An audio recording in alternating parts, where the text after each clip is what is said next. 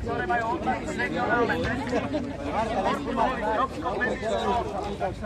Modránsky obchvat a štvorkruhovú sedenku, ktorá už mala 20 rokov byť postavená. Toto všetko je zanedbané a toto všetko treba nielen naprojektovať, ale aj postaviť. Križovatka Triplavina je povolená, má stavebné povolenie ako križovatka diaľničná s kolektormi. V máji 2017 o 2 mesiace mala byť už hotová.